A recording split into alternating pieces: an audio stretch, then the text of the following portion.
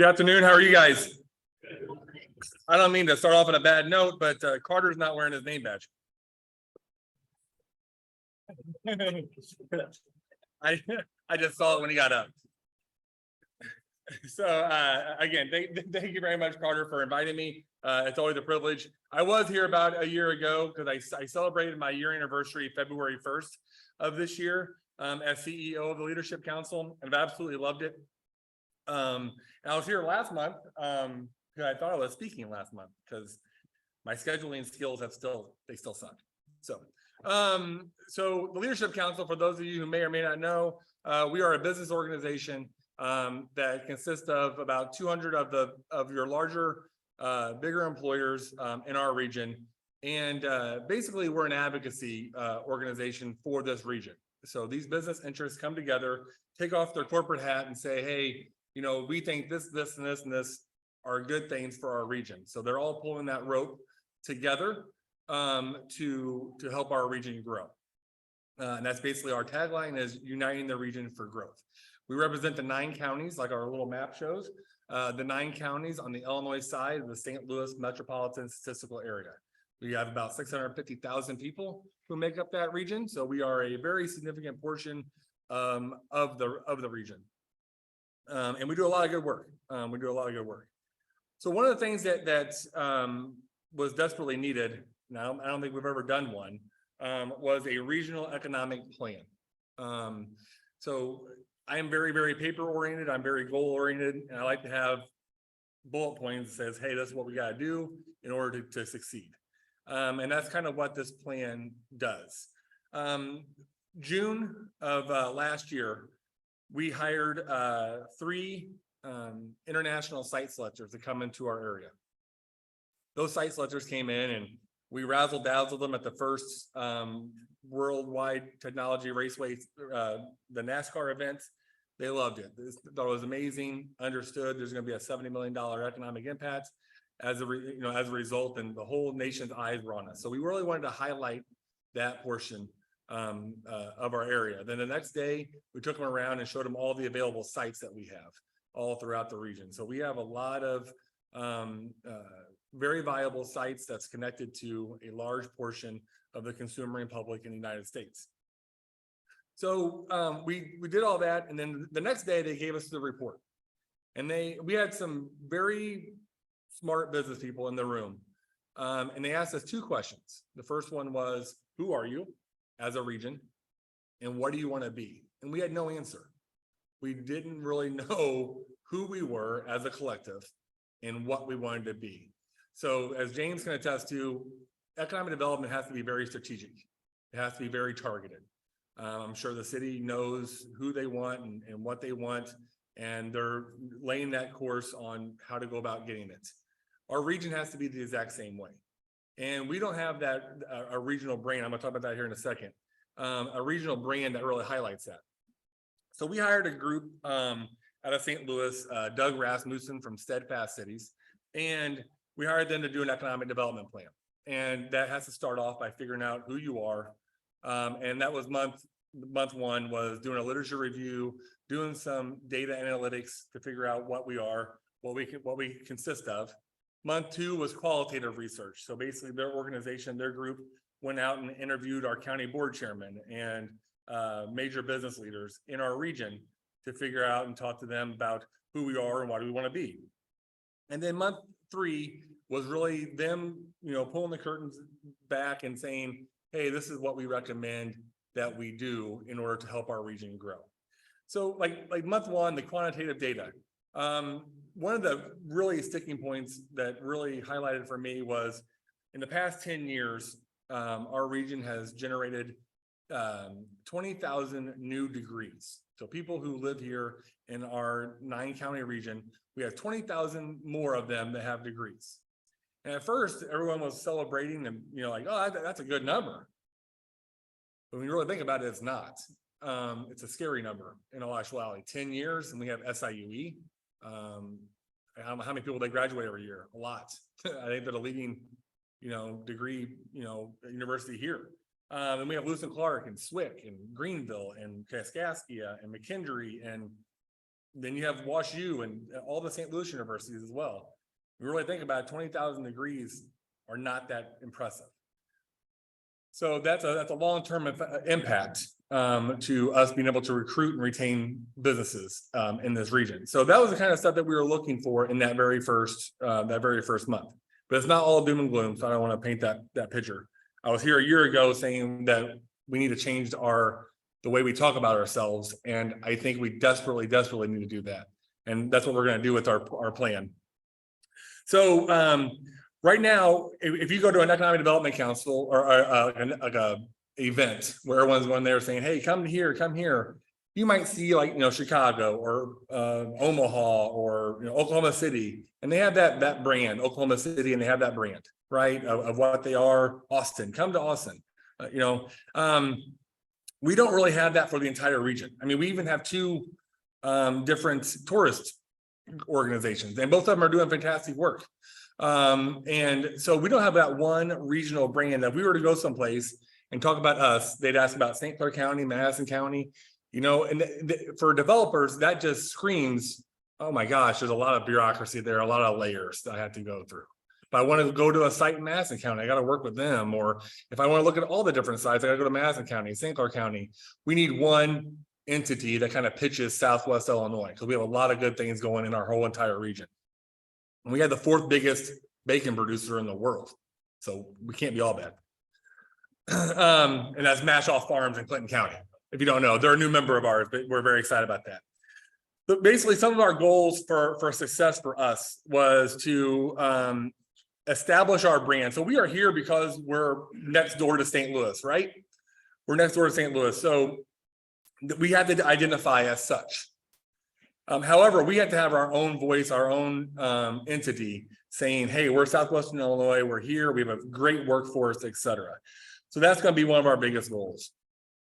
So some of our strategic priorities for Leadership Council is going to be stakeholder connectivity, engagement, brand identity, business retention and expansion, business attraction as a result, workforce and talent retention and attraction, and government affairs. We are, like I said, we are an advocacy organization. March 8th, we went in and angry fist shake and go crazy on behalf of our region up in Springfield. And we had a very productive meeting with all of our state legislators, et cetera. So we do advocate on behalf of our region on the state legislation side.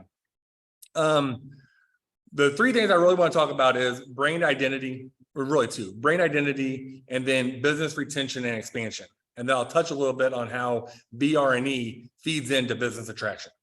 Okay, so I'm not gonna go through the rest of it. I think I'm gonna probably be short on time. But so brand identity, like I mentioned before, we don't have that one brand, that one thing that says Southwestern Illinois. So we are in the process now of going to Cork Trees provided one, Arcturus, a bunch of marketing firms for them to develop a brand for us that says Southwestern Illinois, this is what we are.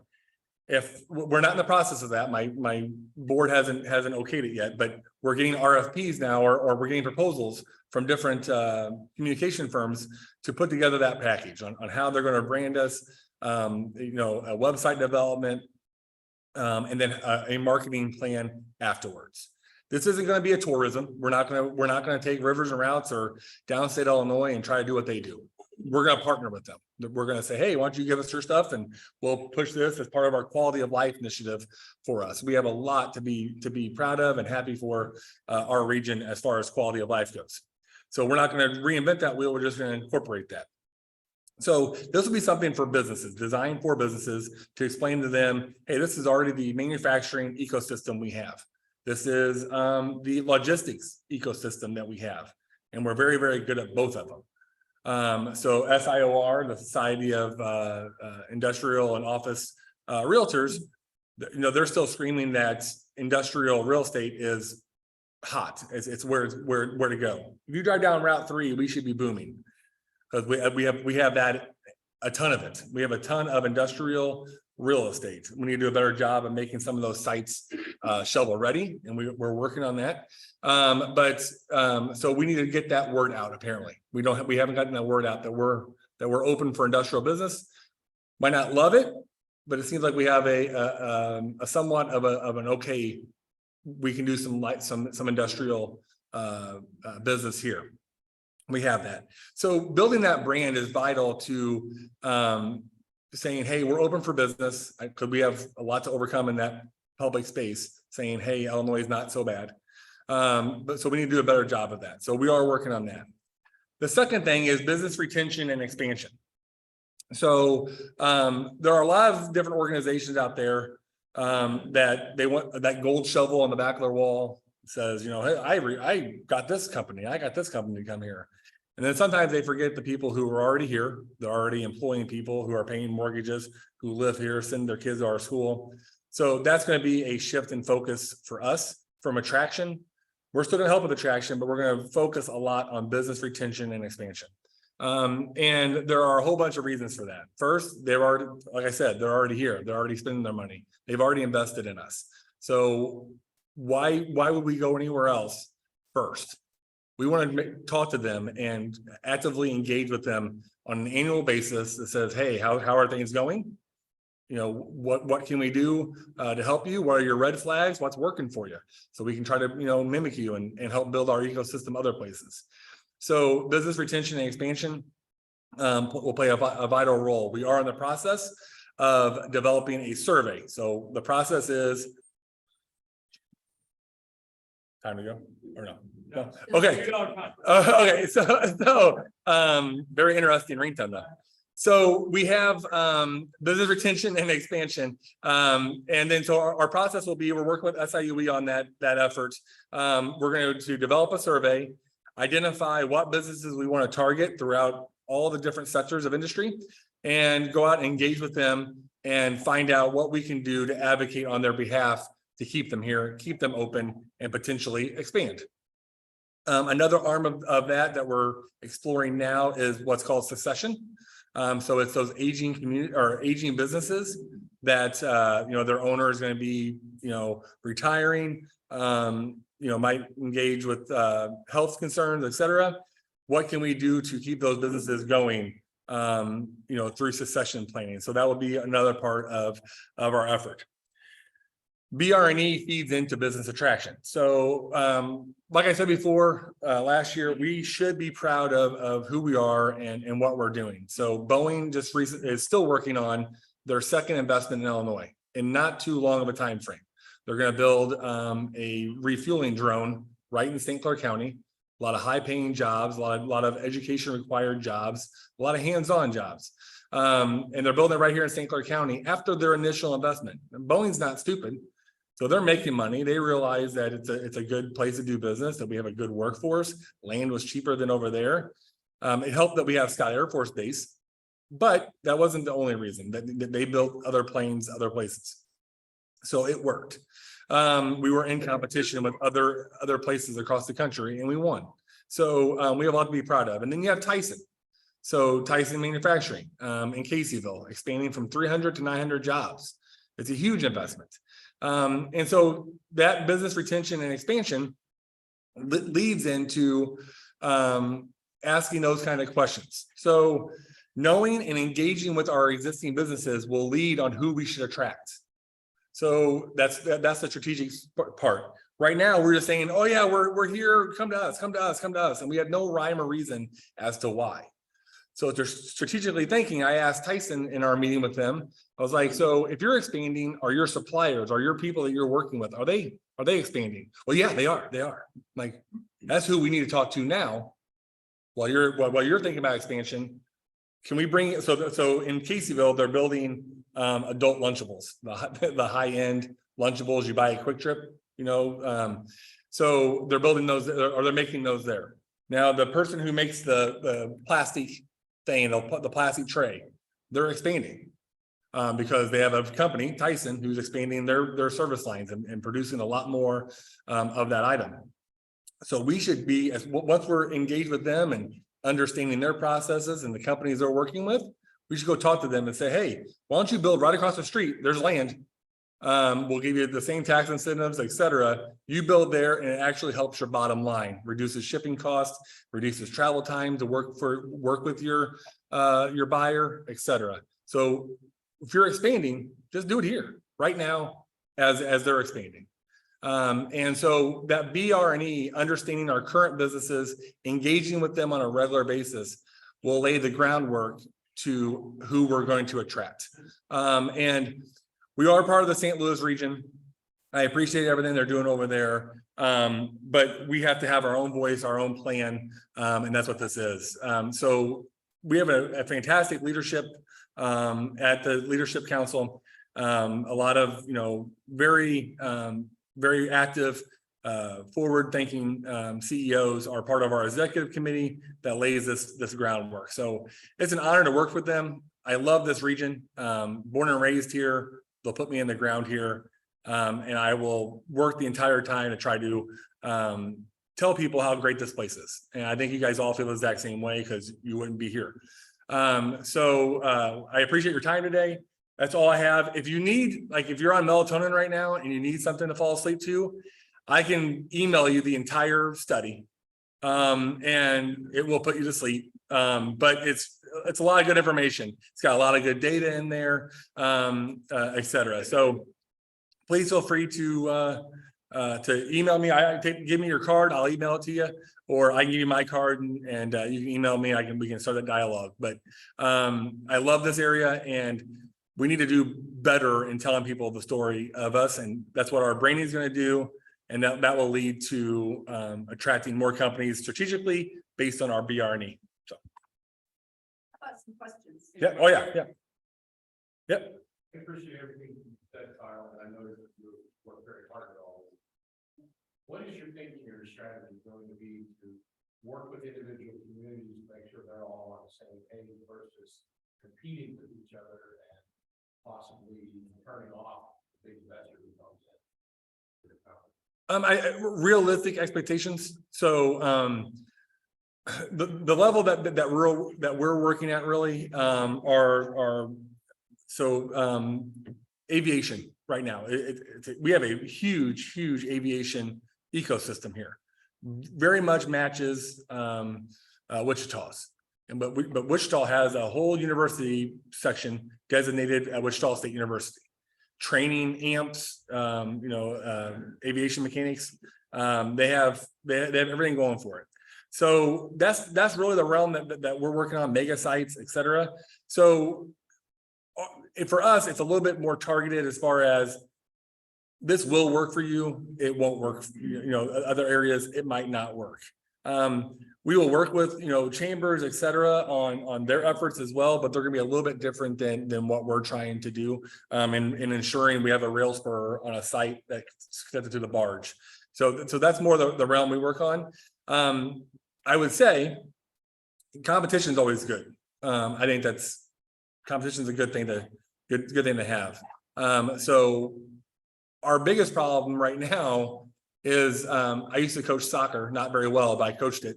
And so when you have your forwards, even though Owen in the middle isn't going to pass it, you have to make that run anyway. You have to make the run in order to open up the midfield for him. You have to make that run. So our cities right now, I don't mean to talk bad about them. A lot of them aren't making that run, no matter what.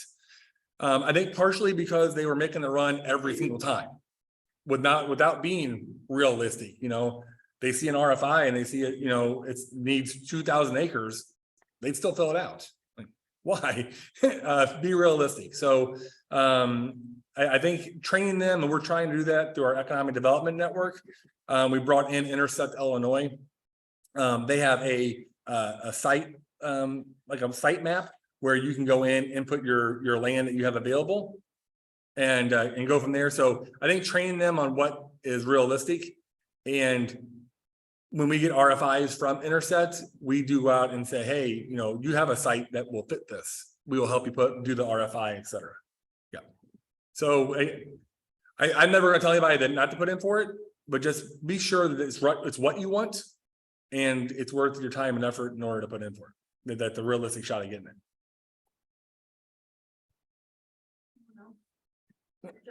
How big of an obstacle does the local and state tax structure pose to bringing in new businesses? So our site selectors say not very much.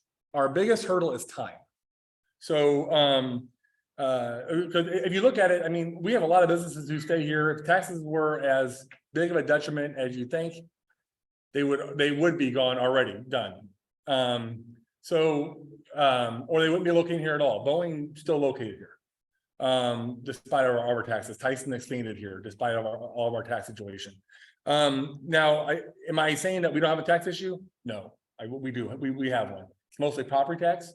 But other states, when I was with the Realtors Association, we did a tax study. And for the family of 4, if you make 100 grand and work in Illinois, you're crazy if you live over there in Missouri. So the biggest thing is our perception. Do the spreadsheet. And I'll tell you that it's not nearly as bad. So Chris Rogers, he'll tell you this. He's the guy, Tyson, they flew him in. He lives here now. He did that math. He did the exact same spreadsheet and said, Kyle, you're right. Everyone asked me, where are you going to go out in St. Louis? I'm building in O'Fallon. Well, you're crazy. Blah, blah. No, we do the spreadsheet. You show it to him. It's better to live here. So corporation wise, we're still not terrible either. We're not bad. Property taxes, we suck. I can't argue that. But all those other entities have taxes as well. My sister bought a condo down in the Ozarks, and she bought a boat down there. They asked her, where do you want to license your boat? Oh, the lake house. Where do you want to license your boat? And they asked her like 4 times. Where do you want to license your boat? Illinois. Yep, that's where you want to do it. Because they do personal property tax and you pay through the roof. Those firefighters, those cops, teachers, their snow removal, it's not free, folks. It's not free. They pay for it. They just package their taxes differently. They package their taxes differently. My daughter's calling. We have an issue. So we're right next to New Jersey for property taxes. That's not good.